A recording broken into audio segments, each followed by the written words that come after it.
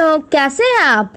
जैसा कि आपको पता है कि स्कूल बंद होने के कारण हम अपनी पढ़ाई दूरदर्शन के माध्यम से कर रहे हैं, तो हमें क्या करना है कि रोजाना समय पर अपनी पेंसिल और कॉपी के साथ मेरा दूरदर्शन मेरा विद्यालय कार्यक्रम में शामिल होना है, जहां हम नई नई चीजें सीखेंगे, वह भी मनोरंजक तरीके से। तो तैयार है ना आप सब?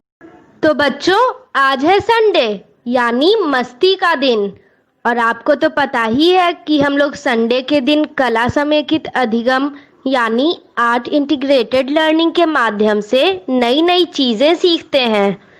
तो आज हम लोग सबसे पहले पढ़ेंगे बापू की पाती, जिसमें राष्ट्रपति महात्मा गांधी के जीवन प्रसंग से जुड़ी बातों को जानकर उनसे सीख लेंगे। फिर संगीत की कक्षा में अलंकार और संगीत से जुड़े अन्य महत्वपूर्ण बिंदुओं को जानेंगे और सुनेंगे। फिर तारा के साथ रहेंगे तैयार कोरोना से बचाव के बारे में जानने के लिए। फिर अंत में चलेंगे पटना का संजय गांधी जैविक उद्यान और देखेंगे जू शो। तो चलिए शुरू करते हैं आज का संडे स्पेशल क्लास।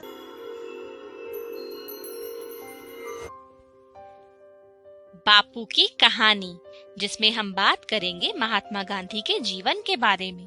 पिछली बार हमने ये जाना कि दक्षिण अफ्रीका में अपने प्रयासों से मोहनदास को वकालत में सफलता मिलने लगी थी। उनकी झिझक खुलने लगी और उनका जीवन अब सामाजिक बनने लगा था। उन्होंने नेटाल इंडियन कांग्रेस का गठन किया था। मजदूरों के हक के लिए वो आगे आए थे और अब उनकी कांग्रेस में तरह तरह के हिंदुस्तानी लोग भी शामिल होने लगे थे। इन सब में मोहनदास को अपना परिवार छोड़कर आए हुए 3 साल गुजर गए थे। वे 6 महीने के लिए स्वदेश रवाना हुए। भारत आकर उन्होंने दक्षिण अफ्रीका के अनुभव पर लिखना शुरू किया, लोगों को बताना शुरू किया। फिरोज शाह मेहता और लोकमान्य बाल गंगाधर तिलक जैसे बड़े नेताओं से उन्हें प्यार मिला, मदद मिली। और इसी यात्रा में मोहनदास मिले गोपाल कृष्ण गोखले से। आगे जाकर गोखले उनके राजनीतिक गुरु बन गए। इन सब के साथ मोहनदास अपने बीमार बहनोई की सेवा भी कर रहे थे और राजकोट में प्लेग की महामारी से बचने के लिए सफाई का इंतजाम भी। परिवार के साथ मोहनदास जब वापस दक्षिण अफ्रीका पहुंचे, तब 23 दिनों तक यात्रियों को जहाज से उतरने नहीं दिया गया। दक्षिण अफ्रीकी सरकार चाहती थी कि मोहनदास वापस भारत चले जाएं। मोहनदास के जो लेख भारत के अखबारों में छपे थे, उनके बारे में बढ़ा चढ़ाकर दक्षिण अफ्रीका में बताया गया था। यहाँ के बहुत से गोरे मोहनदास से गुस्सा थे। जहाज से उतरने पर मोहनदास पर गोरे लोगों की भीड़ ने हमला कर दिया। अगर कुछ दूसरे गोरे लोग बीच में ना पड़ते तो शायद वो उन्हें मार ही डालते। जब अखबारों में इसके बारे में छपा और यह भी कि मोहनदास ने हमलावरों के खिलाफ शिकायत नहीं की, तो उनके लिए सहानुभूति बढ़ने लगी। अखबारों ने उन पर लेख छापने शुरू कर दिए। 6 साल तक यह आंदोलन बिना किसी पक्के कोष के चला। चंदे से सभी काम होते थे। हिंदुस्तानी लोग दिल खोलकर धन का योगदान करते थे और साथ जुड़कर धरना प्रदर्शन भी करते थे। मोहनदास बार बार इस बात पर जोर देते थे कि विरोध गोरे लोगों का नहीं, केवल अन्याय का करना है। वे बार बार अपने सहयोगियों से कहते थे कि अन्याय और हिंसा का जवाब न्याय और अहिंसक ही होना चाहिए। सत्याग्रह आंदोलन के दौरान 9 बार सरकार ने मोहनदास को जेल में डाला। वे छूटते ही फिर सत्याग्रह में लग जाते। बाद में कस्तूरबा भी जेल गई। मोहनदास इंडियन ओपिनियन नाम का एक अखबार निकालने लगे। वकालत भी ठीक चलने लग गई थी, कमाई भी अच्छी थी, लेकिन उनका रहन सहन और सादा बन गया था। गरीब और मजदूर लोगों के लिए काम करते हुए वे उनके जैसे ही रहने लग गए थे। सन 1904 में गांधी परिवार ने अपना घर छोड़ दिया और अब वो अपने साथियों के साथ एक बस्ती में रहने लगे। इनमें हरमन कैलनबैक भी थे, वे एक रईस आर्किटेक्ट थे। आश्रम बनाने का पैसा उन्हीं ने दिया था। वे वहाँ अपने हाथ से काम भी करते थे। इनमें चार्ली एंड्रयूज भी थे, एक ईसाई पादरी। गरीब लोगों की मदद करने की वजह से उनका नाम दीन बंधु पड़ गया था। विरोध करने का जो अहिंसक तरीका था, उसके लिए एक नया नाम चाहिए था। उनके भतीजे ने सुझाव दिया, सदाग्रह, और इसी को निखार कर गांधी जी ने एक नाम गढ़ा जो अमर हो गया, और वो था सत्याग्रह। एक और सख्त कानून अंग्रेज सरकार ने बनाया, जिसमें हर हिंदुस्तानी को जेल के किसी अपराधी की तरह अपनी उंगली की छाप देना अनिवार्य था, और जिसकी वजह से हर हिंदुस्तानी शादी की कोई मान्यता नहीं थी। गांधी जी ने कस्तूरबाई को आंदोलन में आने के लिए उकसाया। उन्होंने कहा कि इस कानून के हिसाब से तुम मेरी पत्नी भी नहीं हो। और इसी कानून के विरोध में सन 1913 में एक महान कूच निकला, और उसमें 2000 से ज्यादा पुरुष और महिलाओं और बच्चों ने भाग लिया। जब सत्याग्रहियों ने जेल भर दिए, तब अंग्रेज सरकार ने हार मानी। गलत कानून वापस लिया गया। जेल से छूटे तो गांधी जी भारत लौटने की तैयारी में लग गए। आज के लिए इतना ही। अगली बार हम देखेंगे कि जब बापू वापस लौटकर भारत आए तो उन्होंने अंग्रेजों का सामना किस तरह किया। नमस्ते बच्चों, स्वागत है आपका। आज हम स्वागत गीत से शुरुआत करेंगे। हम लोग गीत सुनते हैं, स्वागत गीत। आज हम लोग इसी को सीखेंगे।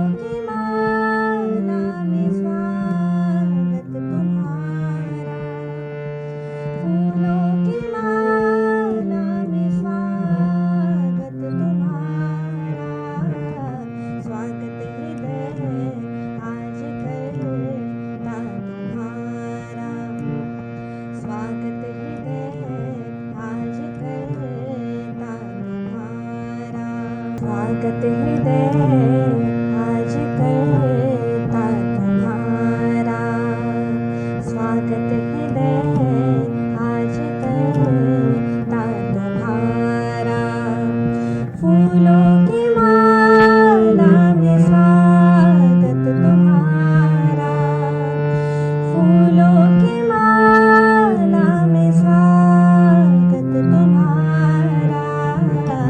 स्वागत हृदय आज करता तुम्हारा, स्वागत हृदय आज करता तुम्हारा। फूलों की माला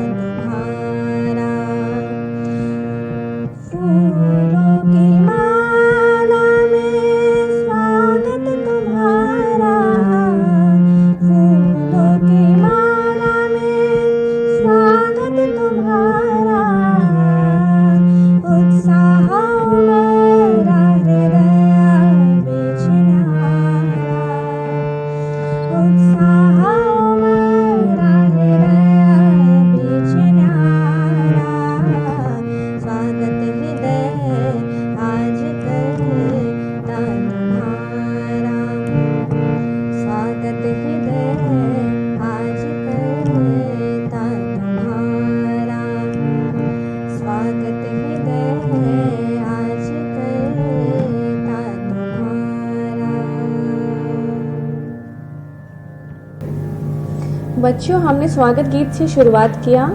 अब हम इसका अभ्यास करेंगे। आप लोग इसे साथ में दोहराइए। शुरू करते हैं।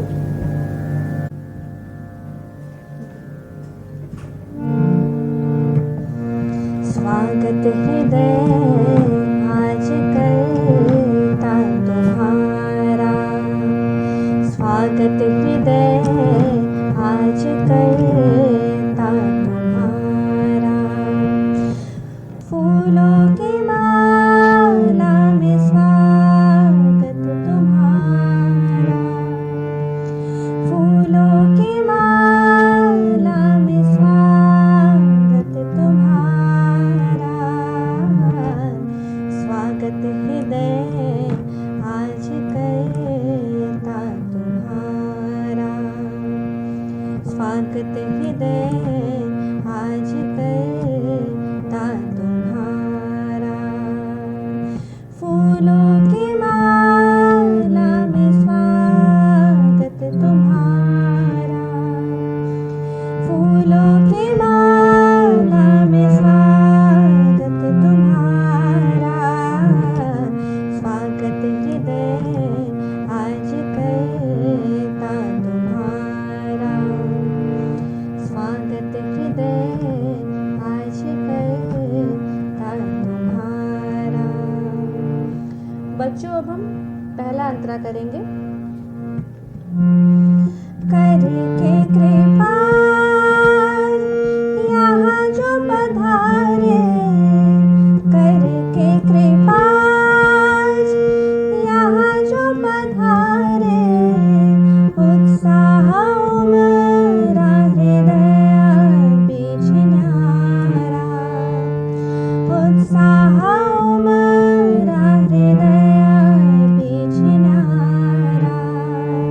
स्वागत हृदय आज करता तुम्हारा, स्वागत हृदय आज करता तुम्हारा।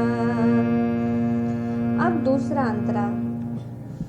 पटना की भूमि हर्षित है पुलकित, पटना की भूमि हर्षित है पुलकित।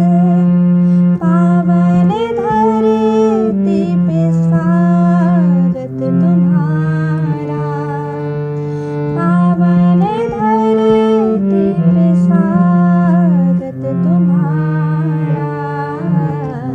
स्वागत हृदय आज करता तुम्हारा, स्वागत हृदय आज करता तुम्हारा। अब तीसरा अंतरा बच्चों। हम हैं कलाकार, कला ही है पूजा। हम हैं कलाकार, कला ही है पूजा। उत्साह उमड़ा हृदय बीच न्यारा, उत्साह उमड़ा हृदय बीच न्यारा। स्वागत हृदय आज करता तुम्हारा, स्वागत हृदय आज करता तुम्हारा। फूलों की माला में स्वागत तुम्हारा, फूलों की माला में स्वागत तुम्हारा। स्वागत हृदय आज करता तुम्हारा, स्वागत हृदय आज करता तुम्हारा। स्वागत हृदय आज करता तुम्हारा। तो बच्चों, आप सभी ने साथ में दोहराया होगा, मैं उम्मीद करती हूँ। अब इस गीत का हम लोग सुन के फिर से दोबारा अभ्यास करते रहेंगे। तो बच्चों, पहले हमने गीत के बारे में जाना था, परिभाषाएं जानी थी गीत की।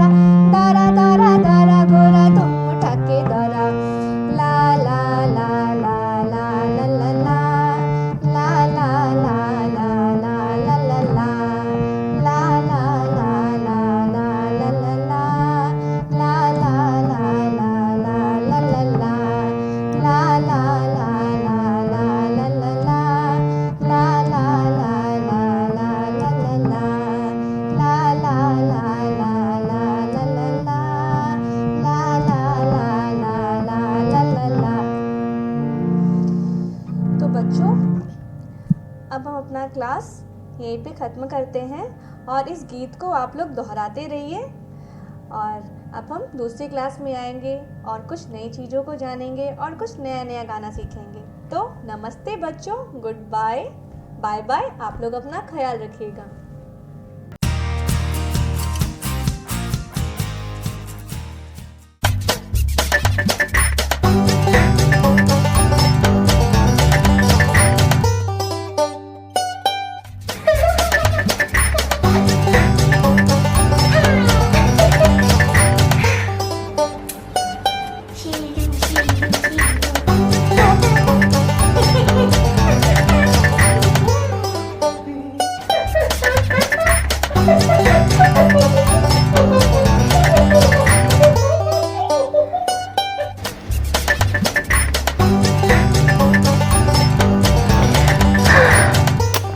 ओहो, मैं तो खेल खेल के भी थक गई।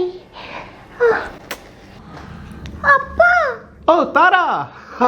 मैं बोर हो रही हूँ। ओ तारा बोर हो रही है? तो ठीक है तारा, चलो एक क्विज खेलते हैं। क्विज? हाँ, मैंने तुम्हें कोरोना वायरस के बारे में बताया था ना। देखे तुम्हें याद है कि नहीं?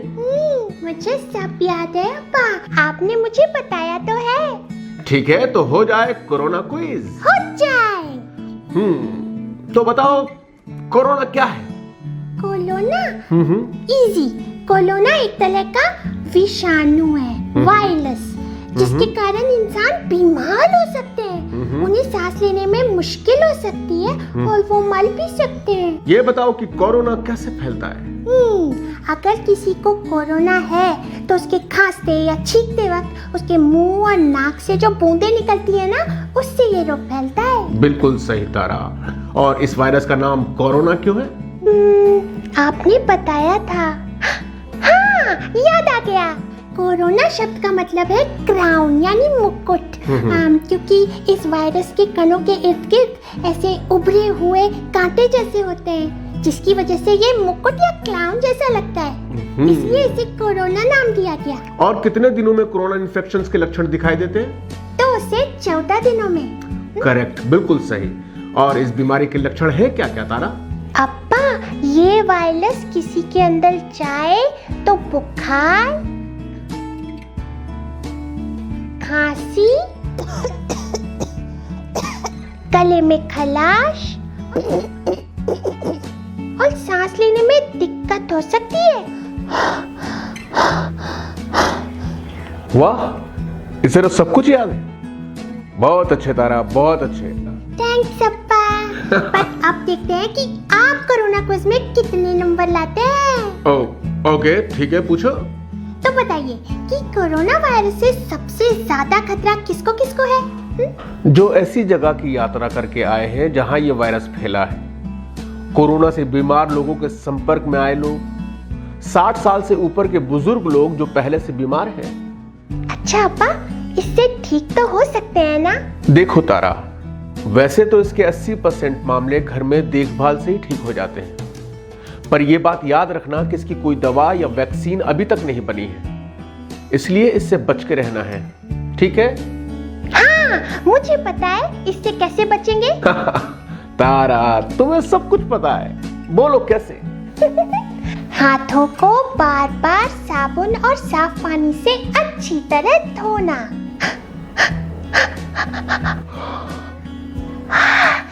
तारा, अभी मुंह, नाक और आंखें छूने से हमें बचना चाहिए। ये लो। थैंक यू अब्बा। कोरोना से बचने के लिए खांसते छींकते समय रुमाल, टिश्यू या कोहनी से मुंह को ढको तारा, ठीक है?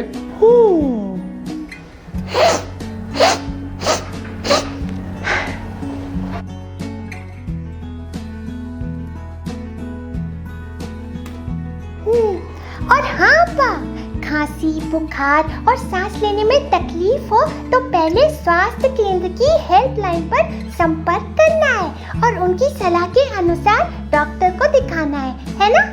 हाँ, और ये सब खत्म होने तक घर पर ही रहना है, सबसे अलग। तो इसी बात पर मिलाइए आप। हाँ? तारा, ये क्या कह रही हो? कोरोना से बचने के लिए किसी से भी हाथ नहीं मिलाना, सभी को हाथ जोड़कर नमस्ते करो। नमस्ते। ऐसे सभी को हाथ जोड़कर नमस्ते करो और 1 मीटर की दूरी से बात करनी है। ठीक है? बताओ इसको क्या कहते हैं? हाँ पा, इसे कहते हैं सोशल सोशल डिस्टेंसिंग, दूसरों से सुरक्षित दूरी। सही बात बताने के लिए थैंक यू अप्पा। हाँ तारा, गलत बातों और अफवाहों पर ध्यान मत दो, नहीं तो कोरोना से बच नहीं पाएंगे हम तारा। तो आपको भी अब कोरोना के बारे में सब सही बातें पता है ना? हाँ? हम आपको ये बता रहे हैं क्योंकि हम ख्याल रखते हैं।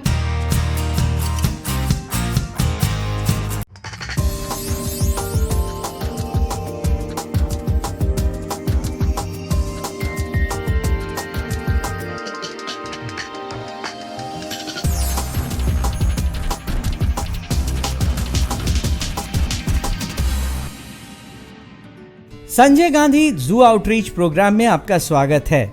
आज हम जिस पक्षी के बारे में बात करेंगे वो दुनिया के सबसे खूबसूरत और आकर्षक पक्षियों में से एक है। ये बेहद चंचल होते हैं। जी हाँ, हम बात कर रहे हैं मैको या मकाओ पक्षी के बारे में। मैको एक प्रकार का तोता ही होता है जो अपने रंग बिरंगे पंखों के लिए जाना जाता है। इनकी चोंच बेहद कठोर होती है जिससे ये कड़े से कड़े फलों को भी तोड़ सकती है और पंजे मजबूत पकड़ वाले होते हैं क्योंकि ये अक्सर पेड़ों और पहाड़ों की ढलान पर लटके रहते हैं। एक स्वस्थ मकाऊ पक्षी की उम्र काफी अधिक होती है। ये 50 से 60 सालों तक जीवित रहते हैं। जिस प्रकार मनुष्य के अंगुलियों के निशान एक जैसे नहीं होते हैं, उसी प्रकार दो मकाऊ तोतों के पंखों का पैटर्न भी एक जैसा नहीं होता है। इनका वजन 900 से 1100 ग्राम तक होता है और शरीर की लंबाई 85 से 95 सेंटीमीटर तक। मादा मकाऊ तोता एक बार में 3 से 5 अंडे देती है, जिसे मादा मकाऊ 25 से 26 दिनों तक सेकती है। जन्म के 2.5 से 3 सालों के बाद मकाऊ तोता प्रजनन योग्य हो जाता है। ये लॉन्ग बिग्ड और लॉन्ग टेल वाले पैरट्स होते हैं। ये एक्जोटिक्स हैं, इंडिया में ये नहीं पाए जाते हैं।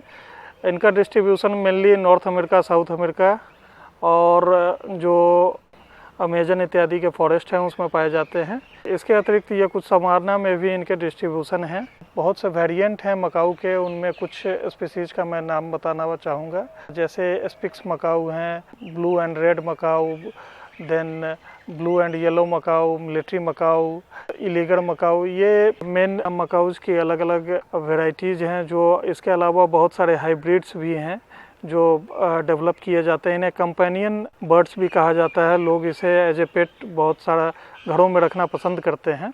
खाने में इन्हें नट्स हैं, फ्रूट्स इत्यादि के अतिरिक्त वेजिटेबल्स और सीरियल्स, कोर्स ग्रेन इत्यादि ये खाना ज़्यादा पसंद करते हैं। मकाऊ का जो IUCN स्टेटस है वो लिस्ट कंसर्न से इंडेंजर्ड तक है। अब हम जिस पक्षी के बारे में बात करेंगे वे दुनिया का सबसे बड़ा उड़ने वाला पक्षियों में से एक है। हम बात कर रहे हैं सारस पक्षी के बारे में। इन्हें दलदली जमीन, बाढ़ वाले क्षेत्र, तालाब, झील और खेतों के आसपास रहना पसंद है। ये सामान्यतः अपना घोंसला भी तालाब के आसपास ही बनाते हैं। सारस पक्षी मुख्यतः जोड़ों में ही रहना पसंद करते हैं। प्रजनन के वक्त ये जोड़ा बनाते हैं और पूरी जिंदगी ये जोड़ा एक दूसरे के साथ बिताते हैं। ये सर्वभक्षी होते हैं, लेकिन ज्यादातर इन्हें शाकाहारी खाना ही पसंद है। ये कंदमूल, बीज और अनाज खाते हैं। कभी कभी ये छोटे जीवों को भी खाते हैं। एक स्वस्थ सारस क्रेन पक्षी का वजन 6 से 12 किलोग्राम तक होता है। इनका प्रजनन काल जुलाई से दिसंबर के बीच होता है। एक बार में एक मादा सारस क्रेन 2 अंडे देती है, जिसे वो 34 दिनों तक सेकती है। जन्म के 5 से 6 सालों के बाद सारस क्रेन पक्षी प्रजनन योग्य हो जाते हैं। ये उत्तर प्रदेश का राजकीय पक्षी भी है। सारस जो शब्द आया है संस्कृत वर्ड से, संस्कृत से सारस का नाम हुआ है। सारसा, सारसा संस्कृत का शब्द है जिसकी वजह से सारस का नामकरण हुआ है। सारस पक्षी जो है हमारे भारतीय समाज में प्रणय का एक बहुत बड़ा प्रतीक है, जिसे बोल सकते हैं वैवाहिक निष्ठा का एक प्रतीक है। सारस जो है प्रायः जोड़े में पाए जाते हैं और सारस को पहचानना बहुत आसान है, क्योंकि काफ़ी लंबे साइज के होते हैं, लगभग 5-5.5 फुट हाइट के होते हैं। इनका जो सर होता है लाल रंग का होता है और शरीर पूरा भूरे रंग का होता है। सारस क्रेन का एक बहुत अधिक प्रचलित है कि ये नर और मादा दोनों जो हैं एक साथ नृत्य करते हैं, उसके बाद प्रजनन करते हैं। सारस मुख्य रूप से 2 अंडे देते हैं और 2 अंडे के जो बीच में समय जो होता है 48 घंटे के अंतर में ये 2 अंडे देते हैं। मुख्य रूप से इनका जो आहार होता है, ये छोटे छोटे मछली खाना पसंद करते हैं, इंसेक्ट्स खाना पसंद करते हैं, छिपकली खाना पसंद करते हैं और कीड़े मकोड़े, ये मोलस्क खाना पसंद करते हैं। सारस जो है यहाँ पे उनका रख रखाव पे हम लोग पानी की व्यवस्था करते हैं और उनके आहार के रूप में छोटी मछलियाँ प्रदान की जाती है। सारस पक्षी जो है हमारे बिहार राज्य में उत्तर प्रदेश से सटे सीमावर्ती क्षेत्रों में पाए जाते हैं। जहाँ पे पानी हो, झील जैसी स्थिति हो, वहाँ पे ये पाए जाते हैं। खास करके वाल्मीकि टाइगर रिजर्व में भी सारस पाए जा रहे हैं। हमारे आसपास न जाने कितने प्रकार के पक्षी रहते हैं। इन रंग बिरंगी पक्षियों को देखना हमें हमेशा अच्छा लगता है।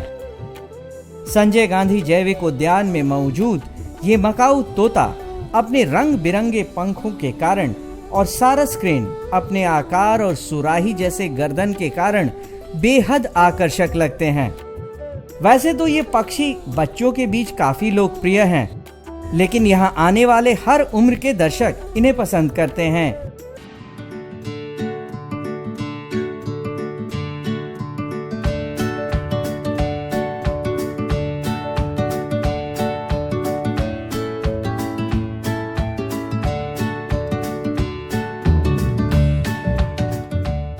संजय गांधी जैविक उद्यान जू आउटरीच प्रोग्राम में हम एक बार फिर संजय गांधी जैविक उद्यान में मौजूद जानवरों के बच्चों के पास चलेंगे। आज हम सबसे पहले बात करेंगे मलाड पक्षी यानी नील सिर बत्तख के बच्चों के बारे में। भारत में ये एक प्रवासी पक्षी है जो सर्दियों के मौसम में काफी दूरी से प्रवास के लिए भारत के अलग अलग हिस्सों में आते हैं। इन पक्षियों के प्रजनन का समय मई से जून तक होता है।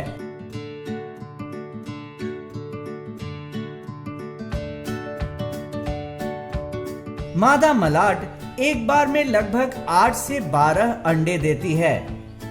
इनके अंडों की लंबाई 2 इंच से 2.5 इंच तक होता है, जबकि इनके अंडों की चौड़ाई 1.3 इंच से 1.8 इंच तक होता है। अंडों को सेकने का काम मादा मलाड करती है। 25 से 30 दिनों तक सेकने के बाद अंडों में से चूजे बाहर निकलते हैं।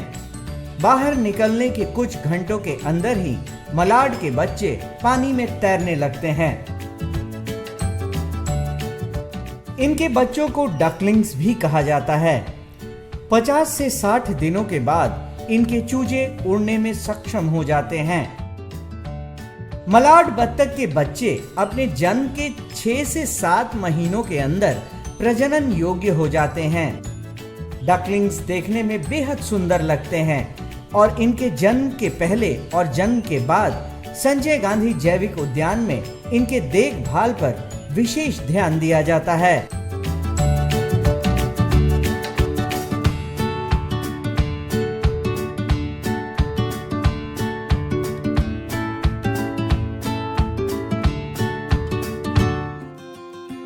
मलाड बत्तख के बाद हम बात करेंगे एमू पक्षी के बच्चों के बारे में। संजय गांधी जैविक उद्यान में अभी 2 एमू के बच्चे हैं जो बेहद तेज और फुर्तीले हैं। इनका प्रजनन यही संजय गांधी जैविक उद्यान में ही हुआ है। इनका प्रजनन काल जनवरी से मार्च तक होता है। ये सामान्य तौर पर अपने जन्म के 1.5 साल से 3 साल के अंदर प्रजनन योग्य हो जाते हैं। एक बार में एक मादा एमू 9 से 20 अंडे देती है। नर और मादा एमू में अंडा सेने का काम नर एमू करता है और चूजे 56 दिनों में अंडे से बाहर आते हैं। अंडों से चूजों के बाहर आने के बाद 18 महीने तक ये अपने पिता यानी नर एमू के साथ रहते हैं। इस दौरान नर एमू अपने बच्चे को भोजन खोजने के तरीके बताते हैं। एक स्वस्थ एमू का जीवन काल 10 साल का होता है। इनके अंडे का वजन 700 से 900 ग्राम तक होता है और रंग गहरा हरा होता है। दुनिया का दूसरा सबसे बड़ा पक्षी एमू जन्म के समय लगभग 6 इंच लंबे होते हैं। जब हम बर्ड्स की बात करते हैं तो इनक्लोजर में ऐसा कभी कभी होता है कि अगर कोई पेस्ट है बाहर से, जैसे मंगूज हो गया या रैट्स हैं, वो अगर इनक्लोजर में प्रवेश कर जा रहे हैं तो वो एग्स को डैमेज कर देते हैं। तो या दूसरे बर्ड्स हैं जो अगर जहाँ मिक्सिंग है स्पीसीज की तो वो भी अंडे को फोड़ देते हैं। तो उसके लिए कभी कभी हम लोग उसको इनक्यूबेशन के लिए इनक्यूबेटर में भी रखते हैं, आर्टिफिशियली उनको सेते हैं, या दूसरे तरह के जो हेन को भी इसमें यूज में लाया जाता है जो इसके दूसरे के बर्ड्स के अंडे को सेती हैं। तो इसके थ्रू भी हम लोग अलग अलग इससे काफ़ी सफलतापूर्वक एग हैचिंग कर रहे हैं।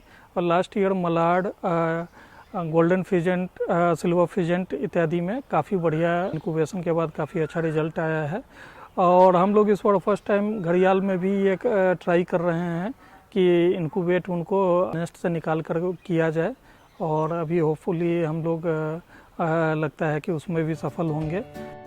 अब हम चलेंगे हाइना यानी लकड़बग्घे के बच्चों के पास। संजय गांधी जैविक उद्यान में अभी 3 लकड़बग्घे के बच्चे हैं जो बेहद चंचल और चालाक हैं। इन्हें आपस में खेलते हुए देखना काफी अच्छा लगता है। लकड़बग्घा अपने जन्म के 2 से 3 साल बाद बच्चे पैदा करने योग्य हो जाते हैं। मादा लकड़बग्घा लगभग 90 से 92 दिनों के गर्भावस्था के बाद एक बार में 2 से 4 शावक पैदा करती है। जन्म के समय शावक का वजन 300 से 400 ग्राम तक होता है। अपने जन्म के 1 से 1.5 महीने बाद ये जमीन पर चलने में सक्षम हो जाते हैं। इनका जीवन काल 25 से 30 सालों का होता है। संजय गांधी जैविक उद्यान में आने वाले दर्शक इन जानवर के बच्चों को यहाँ देखकर बेहद खुश होते हैं। खासकर आने वाले बच्चों के बीच ये काफी लोकप्रिय हैं। संजय गांधी जैविक उद्यान जू आउटरीच प्रोग्राम में आज हम जिस पक्षी के बारे में बात करेंगे वो हिमालयन ग्रिफिन है, जिसे लोग बड़ा गिद्ध भी कहते हैं। ये एक बड़े आकार का फीके पीले रंग का गिद्ध होता है जो सारे हिमालयी क्षेत्र में पाए जाते हैं। हिमालय में ये भारत के अलावा काबुल से भूटान, तुर्किस्तान और तिब्बत तक में पाए जाते हैं। हिमालयन ग्रिफिन एक अनूठा पीला सफेद गिद्ध है। इसके पंख काफी बड़े और पूंछ छोटी होती है। इसका ज्यादातर शरीर हल्के पीले सफेद रंग का होता है।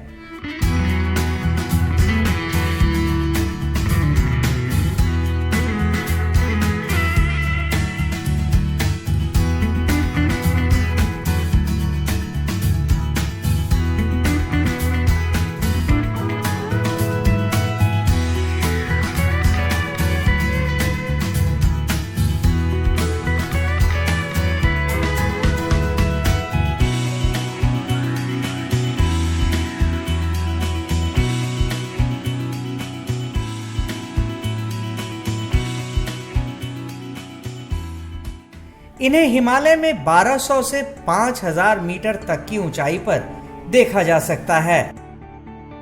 इसमें नर और मादा दोनों एक जैसे ही दिखते हैं। ये गिद्ध दिन के समय सक्रिय होते हैं। इस दौरान ये आसमान में काफी ऊंचाई पर उड़ते हुए मरे जानवर को देखकर एक समूह में उसे खाने के लिए आते हैं। इनकी दृष्टि काफी तेज होती है और आसमान में काफी ऊंचाई से मरे हुए जानवरों को देख लेते हैं। नर व मादा मिलकर चूजों को पालते हैं। मादा एक ही अंडा देती है। गिद्ध की ये प्रजाति भी धीरे धीरे कम हो रही है। इसकी औसत आयु 20 से 35 वर्षों तक होती है और इनका गर्भकाल 58 दिनों का होता है। ये इसलिए भी इम्पोर्टेंट है क्योंकि इनको नेचुरल स्कैवेंजर कहा जाता है। ये स्कैवेंजिंग का काम करते हैं, जो भी कार्कासेस हैं या वाइल्ड में हो या लाइव स्टॉक के होते हैं उसको ये स्कैवेंजिंग करके खाते हैं, जिसके कारण नेचर हमेशा क्लीन बना रहता है। काफ़ी बड़े होते हैं, लगभग इनका जो हाइट होता है वो 3.5 फीट तक पहुंच जाता है। ये लगातार नहीं उड़ सकते हैं, लेकिन ये काफ़ी ऊंचाई तक उड़ते हैं। जो इनका मैक्सिमम अल्टीट्यूड है जिस पे ये फ्लाई करते हैं, जो मिनिमम अल्टीट्यूड मतलब इससे ऊपर ही उड़ेंगे, ये लगभग 1200 मीटर है। इसके ऊपर ही ये ज़्यादा पाए जाते हैं। ये फरवरी मार्च में एग लेइंग प्रारंभ करते हैं और जो इनका क्लच साइज है ये 1 से 2 तक का ही होता है, काफ़ी छोटा होता है और उसे एक बच्चा निकलता है जो नेस्टिंग करते हैं। इनके पेरेंट्स काफ़ी अच्छे से नेस्टिंग करवाते हैं। उसके बाद ये लगभग 5 से 6 महीना रहने के बाद वो उनसे सेपरेट हो जाते हैं। पटना जू में इन्हें चिकन दिया जाता है खाने में और ये लगभग 1.5 kg चिकन एक वल्चर को दिया जाता है। और जो इनका मॉर्फोलॉजी है, जो इनका फिजिकल फीचर्स हैं, उसमें जो पिकुलरिटी है, उनके लेग के पास में हेयर का टफ्ट पाया जाता है और गर्दन के पास भी वाइट कलर का एक पैच होता है। हिमालयन ग्रिफन का जो IUCN स्टेटस है वो नियरली थ्रेटेंड है और इनके पॉपुलेशन में उतना ज़्यादा डिक्लाइन नहीं आया है जो और वल्चर्स में आया है।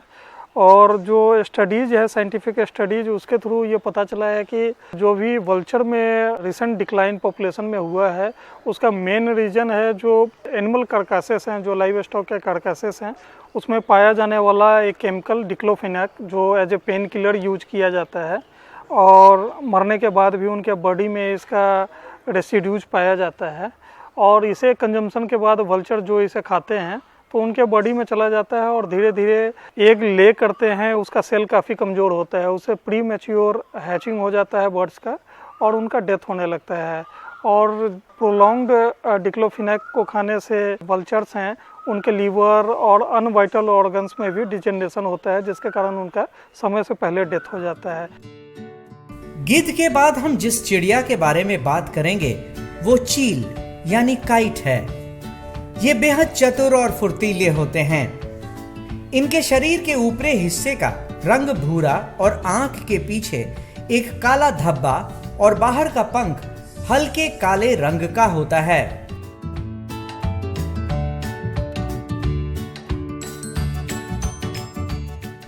इनकी चोंच आगे की ओर झुकी हुई होती है और ये यहाँ के स्थायी निवासी हैं जो सामान्यतः खुले मैदान और मानव बस्तियों के सामने उड़ते हैं।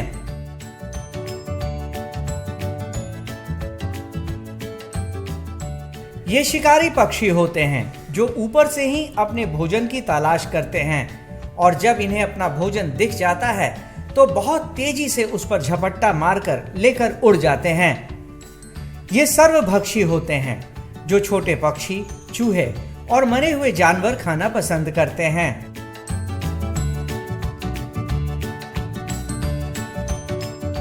ये आसमान में काफी ऊंचाई पर उड़ते हैं। इनका वजन 700 से 900 ग्राम तक होता है। ये 2 साल के बाद प्रजनन योग्य हो जाते हैं और मादा चील 30 दिन के बाद एक बार में 1 से 30 अंडे देती है।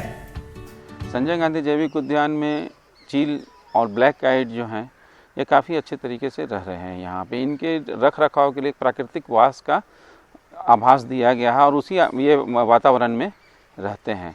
चील जो हैं इनकी आवाज़ एक बहुत ही कॉमन आवाज़ है, ची ची करने की आवाज़ आती है। इसकी आवाज़ ही एक विशिष्टता है कि पहचान हो जाता है कि आसपास में चील है, जिसे हम लोग ब्लैक काइट भी कहते हैं। पूरे भारत में पाए जाते हैं, 2300 मीटर के नीचे पाए जाते हैं। ये हिमालयन रीजन में भी पाए जाते हैं। भारत के सभी वनों में ये पाए जाते हैं। ये मुख्य रूप से एक रैप्टर शिकारी पक्षी हैं जो मूलतः जो जंगलों में जो बड़े जानवरों के द्वारा शिकार किए जाते हैं उसका जो बचे हुए मांस होते हैं उसका भक्षण करते हैं। छोटे छोटे छिपकली, चूहे इत्यादि का, इंसेक्ट का भी ये खाना खाते हैं। संजय गांधी जैविक उद्यान में हम लोग इनके आहार के रूप में मांस देते हैं, चिकन देते हैं इनको।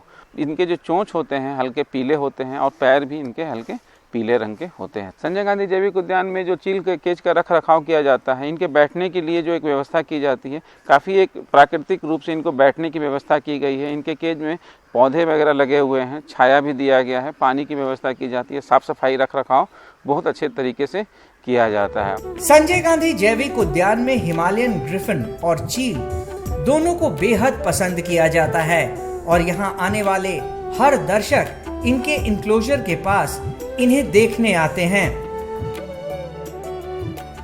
आज के लिए बस इतना ही। कल फिर मिलेंगे पटना जू शो में एक नए एनक्लोजर के पास एक नए जानवर के साथ। तब तक के लिए नमस्कार।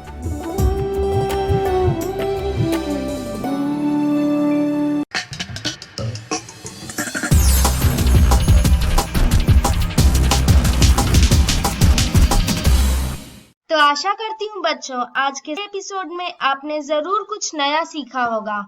आप अपने विचार हमें स्क्रीन पर दिए गए व्हाट्सएप नंबर 9431043527 या ईमेल आईडी bepcddprogram@gmail.com पर भेज सकते हैं। इसके अलावा इसके सारे एपिसोड बिहार शिक्षा परियोजना परिषद की वेबसाइट पर डिजिटल लर्निंग सेक्शन में भी उपलब्ध है। विजिट करें www.bepcssa.in। तो घर पर रहें, पढ़ते रहें, बढ़ते रहें। मिलते हैं अगले एपिसोड में। बाय बाय बच्चों।